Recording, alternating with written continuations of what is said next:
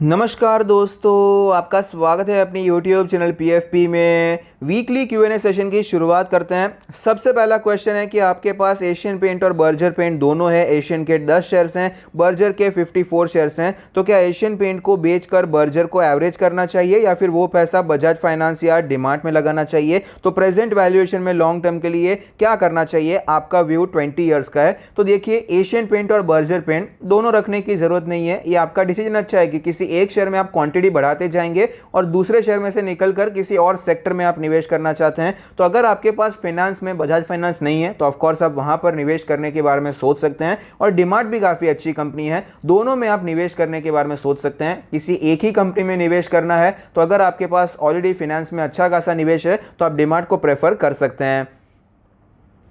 UltraTech, Bajaj finance और Davis lab current market price पे long term के लिए क्या करना चाहिए? क्या एक्यूमुलेट करना चाहिए या फिर गिरावट का वेट करना चाहिए? तो देखिए, अल्ट्राटेक सीमेंट कैसा है, ये जो सेक्टर है पूरा सीमेंट का सेक्टर काफ़ी ज़्यादा साइक्लिकल सेक्टर है। तो यहाँ पर ज़्यादा लॉन्ग टर्म के लिए मैं आपको सजेस्ट नहीं करूँगा। तो अल्ट्राटेक सीमेंट के लिए तो आपको वेट करना चाहिए कि मार्केट स्टेबिलाईज हो जाए, वहाँ पर आपको अल्ट्राटेक सीमेंट में कोई स्ट्रेंथ देखने को मिले तभी खरीदना चाहिए। बजाज फाइनेंस के बारे में बात करते हैं। बजाज फाइनेंस यहाँ पर एक साइक्लिकल सेक्टर नहीं है, तो यहाँ पर गिरावट पे हम निवेश कर सकते हैं, वो हमारे लिए एक अच्छी अपॉर्चुनिटी होती है। तो 6000 के आसपास, 5800 के आसपास पहले रेजिस्टेंस था, फिर यहाँ पर ही सपोर्ट लेकर ये ऊपर गया, यहाँ पर भी सपोर्ट लेकर ऊपर गया। तो ये काफ़ी ज़्यादा इंपॉर्टेंट लेवल है, यहाँ पर आप खरीदारी करने के बारे में सोच सकते हैं। लेकिन एक बात मैं आपको बता दूं, मल्टीपल टाइम अभी ये सपोर्ट टेस्ट हो रहा है। सपोर्ट थोड़ा वीक जरूर हो चुका है, लेकिन पहला एक्यूमुलेशन क्लियरली यहाँ पर किया जा सकता है। डिविस लैब के बारे में बात करें तो डिविस लैब भी आप देख पाएंगे 4000 के आसपास, 3900 के आसपास रेजिस्टेंस था, ब्रेकआउट हुआ, यहीं से सपोर्ट लेकर रैली देखने को मिली। 2 बार ऑलरेडी ये टेस्ट हो चुका है, तीसरी बार स्टॉक आ रहा है। तो सपोर्ट तो एक्चुअली बजाज फाइनेंस का जो 6000 का सपोर्ट है उससे ज़्यादा वीक डिविस लैब का 4000 का सपोर्ट हो चुका है। तो यहाँ पर भी पहला एक्यूमुलेशन करना चाहें, करने के बारे में सोच सकते हैं, लेकिन क्वांटिटी मेरे हिसाब से थोड़ी सी लो रखनी चाहिए, क्योंकि टेक्निकली चांसेस ये नजर आते हैं कि 4000 का सपोर्ट टूट सकता है, क्योंकि ये सपोर्ट काफी बार रीटेस्ट हो चुका है। SBI कार्ड 823 पे आपने बाय किया, रिजल्ट्स अच्छा आया, फिर भी डाउन जा रहा है, क्या करना चाहिए? तो SBI कार्ड के चार्ट पर हमें ये पता चलता है कि फिलहाल इसका जो लेटेस्ट यहाँ पर स्विंग हाई बना था 900 रुपये के आसपास था, और सपोर्ट के बारे में बात करें अप्रॉक्सीमेटली 700 रुपये के आसपास था। तो दोनों लेवल्स को ध्यान में रख के काम करना है। देखिए, अगर आप लॉन्ग टर्म के लिए होल्ड करना चाहते हैं कोई इशू नहीं है, मेरे हिसाब से कंपनी अच्छी है, लंबे समय में अच्छे रिटर्न्स बनाकर दे सकती है। लेकिन अगर एक एग्जिट स्ट्रैटेजी आपको चाहिए तो अगर ये 700 रुपये के नीचे चला जाता है तो यहाँ से आपको एग्जिट के बारे में सोचना चाहिए। ये हमारे लिए परमानेंट एग्जिट नहीं है, टेम्पररी एग्जिट है भाई। यहाँ पर वापस जब स्ट्रेंथ आएगी तो वापस एंटर हो सकते हैं, नीचे के प्राइस पे एंटर हो सकते हैं, लेकिन आप चाहें तो यहाँ पर टेम्पररी एग्जिट के बारे में सोच सकते हैं।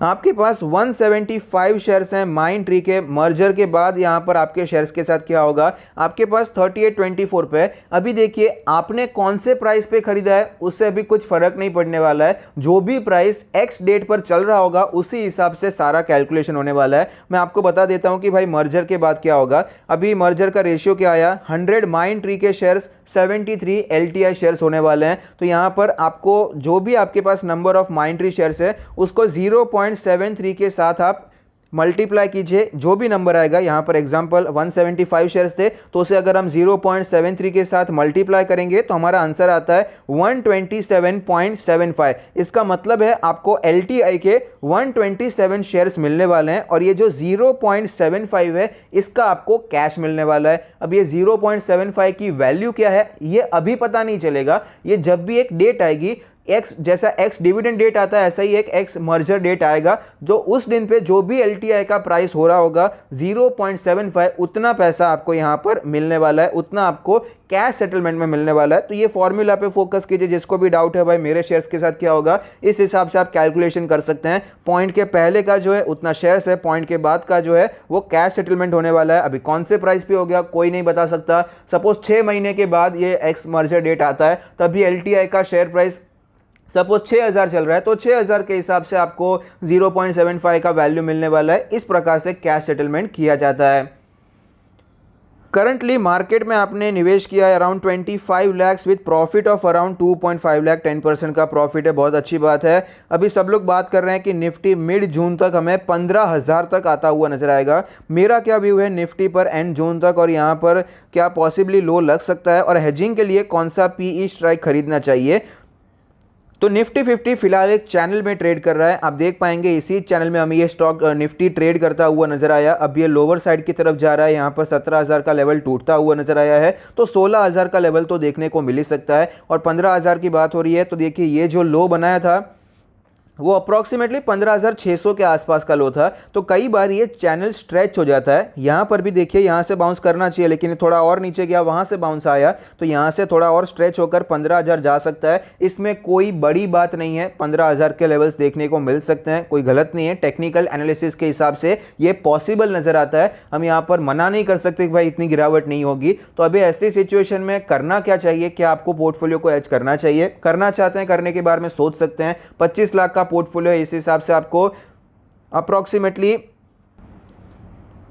3 पुट खरीदने पड़ेंगे। ये कैलकुलेशन मैंने कैसे किया, जब भी हम निफ्टी के पुट खरीदेंगे तो किस हिसाब से होता है भाई, निफ्टी का लॉट साइज है 50, निफ्टी का वैल्यू 16,000 के आसपास चल रहा है, उस हिसाब से 8 लाख के आसपास की निफ्टी की एक लॉट की वैल्यू हो जाती है। आपका पोर्टफोलियो 25 लाख का है तो 8/3 यहाँ पर 24 लाख के आसपास, तो आप तीन पुट यहाँ पर आप खरीदने के बारे में सोच सकते हैं। कौन सा खरीदना चाहिए, जब भी हम हेज करते हैं पोर्टफोलियो को तो वो एक इंश्योरेंस अमाउंट होता है, और वहाँ पर जब भी हेज किया जाता है तो हो सके उतना हम यहाँ पर बच पाए, ये कोशिश होती है हमारी। और अगर आपने वो वीडियो नहीं देखा है तो मैं आपको टॉप राइट कॉर्नर पे लिंक भी दे दूंगा, आप वो पोर्टफोलियो हेजिंग वाला वीडियो भी देख सकते हैं। तो जहां पर अभी मार्केट चल रहा है वहीं का पुट आपको लेना चाहिए, ये हेजिंग के लिए है। अगर मार्केट ऊपर चला जाता है फिर दुखी नहीं होना है कि ये पुट मैंने खरीदा उसमें लॉस हो गया, भाई ये इंश्योरेंस है, इंश्योरेंस का पैसा चला जाता है तो हम दुखी नहीं होते, बस उसी प्रकार से। तो यहाँ पर जब आप पुट खरीदते हैं तो आपको दिसंबर एक्सपायरी का खरीदना होता है, नजदीक का नहीं खरीदना है, एटलीस्ट 6 महीने बाद, एटलीस्ट 3 महीने बाद लंबी एक्सपायरी का।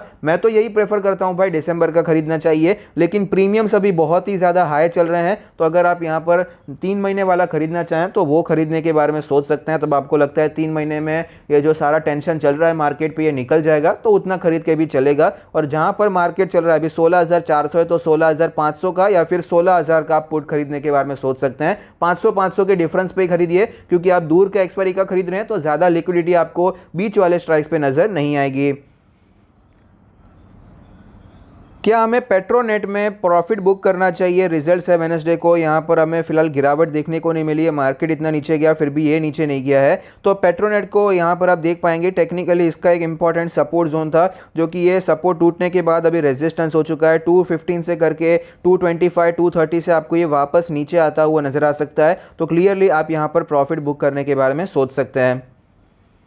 नौकरी में क्या करना चाहिए, डिमांड में क्या करना चाहिए, तो देखिए यहाँ पर नौकरी के लिए हमने ऑलरेडी एक डेडिकेटेड वीडियो बना दिया है, प्रॉपर एग्जिट स्ट्रैटेजी हमने शेयर कर दी है, आप वो वीडियो देख सकते हैं, टॉप राइट कॉर्नर पे आपको लिंक मिल जाएगी। डिमांड के बारे में बात करें, आज ही हमने उस पर वीडियो बनाया, वो आप देख सकते हैं। पीआई इंडस्ट्री के ऊपर डिस्कस करते हैं। पीआई इंडस्ट्री में आप देख पाएंगे काफ़ी ज़्यादा क्लीन चार्ट हमें नजर आता है, सपोर्ट लिया, ऊपर गया, ये भी रेजिस्टेंस से नीचे आया, फिर यहाँ पर गिरावट हुई, रेंज हो गया, यहाँ पर आपको तेज़ी देखने को मिली लेकिन सस्टेन नहीं हो पाया, वापस आपको गिरावट देखने को मिल रही है, तो वापस उसी रेंज में आ चुका है। 2350 के आसपास हम सपोर्ट एक्सपेक्ट कर सकते हैं, यहां पर हम खरीदारी के बारे में सोच सकते हैं।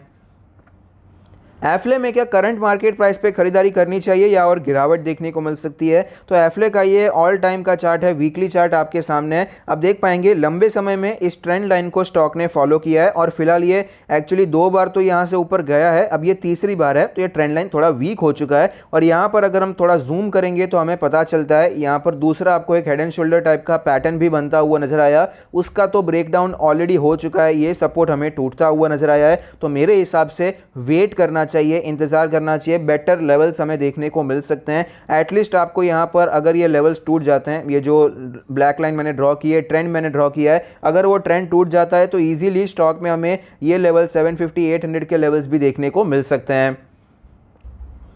Is it possible to make a 10 minutes video on Tejas network. देखिए तेजस नेटवर्क सर्किट वाला शेयर है, वहाँ पर हम काम कर नहीं सकते, इसलिए मैं वहाँ पर ऐसे शेयर्स में ज़्यादा डिस्कस नहीं करता हूँ, लेकिन यहाँ पर डिस्कस कर लेते हैं क्या किया जा सकता है। तो तेजस नेटवर्क फिलहाल हमें 550 का रेजिस्टेंस नजर आता है, सपोर्ट इसका 350 का लेवल है, लेकिन मेरा मानना है कि ऐसे शेयर में हमें काम करने से बचना चाहिए। हर वीडियो में मैं कहता हूँ कि एज ए रिटेल इन्वेस्टर हमें क्या करना चाहिए। एज ए रिटेल इन्वेस्टर, तो जब भी हम रिटेलर के बारे में बात करते हैं उसमें बहुत सारे लिमिटेशंस होते हैं, हमारा नॉलेज का लिमिटेशन होता है, और स्पेशली ऐसी जो छोटी कंपनीज हैं जहां पर बार बार सर्किट लग जाता है, तब हमें बच जाना चाहिए। कई बार इसमें बड़े बड़े नाम होते हैं, भाई ये इन्होंने शेयर खरीदा है, उन्होंने बड़े नाम होते हैं कि भाई इन्होंने 5% का स्टेक खरीद लिया है, अच्छी बात है, लेकिन उनका रिस्क कैपेसिटी अलग है, उनको फॉलो करने की हमें कोशिश नहीं करनी चाहिए, उनके प्रिंसिपल्स को फॉलो कीजिए। एक बार हमारी रिस्क कैपेसिटी उतनी हो जाएगी तब ऐसे शेयर्स में काम कर सकते हैं, लेकिन फिलहाल के लिए ऐसे सर्किट वाले शेयर से बचना चाहिए। जो अच्छी कंपनीज है जहां पर एक्चुअली सर्किट में नहीं लिक्विडिटी में काम होता है,